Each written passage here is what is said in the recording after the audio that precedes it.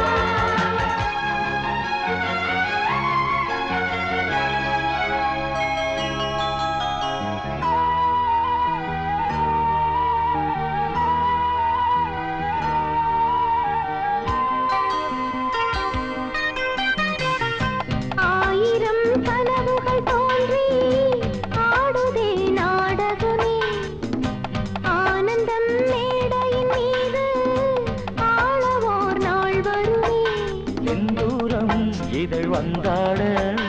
செவ்வாழை மலர் கண்ணாட சங்கீதம் சுகம் பண்பாட பொன் போல உனை கொண்டாட தேவியே பூந்தேரில்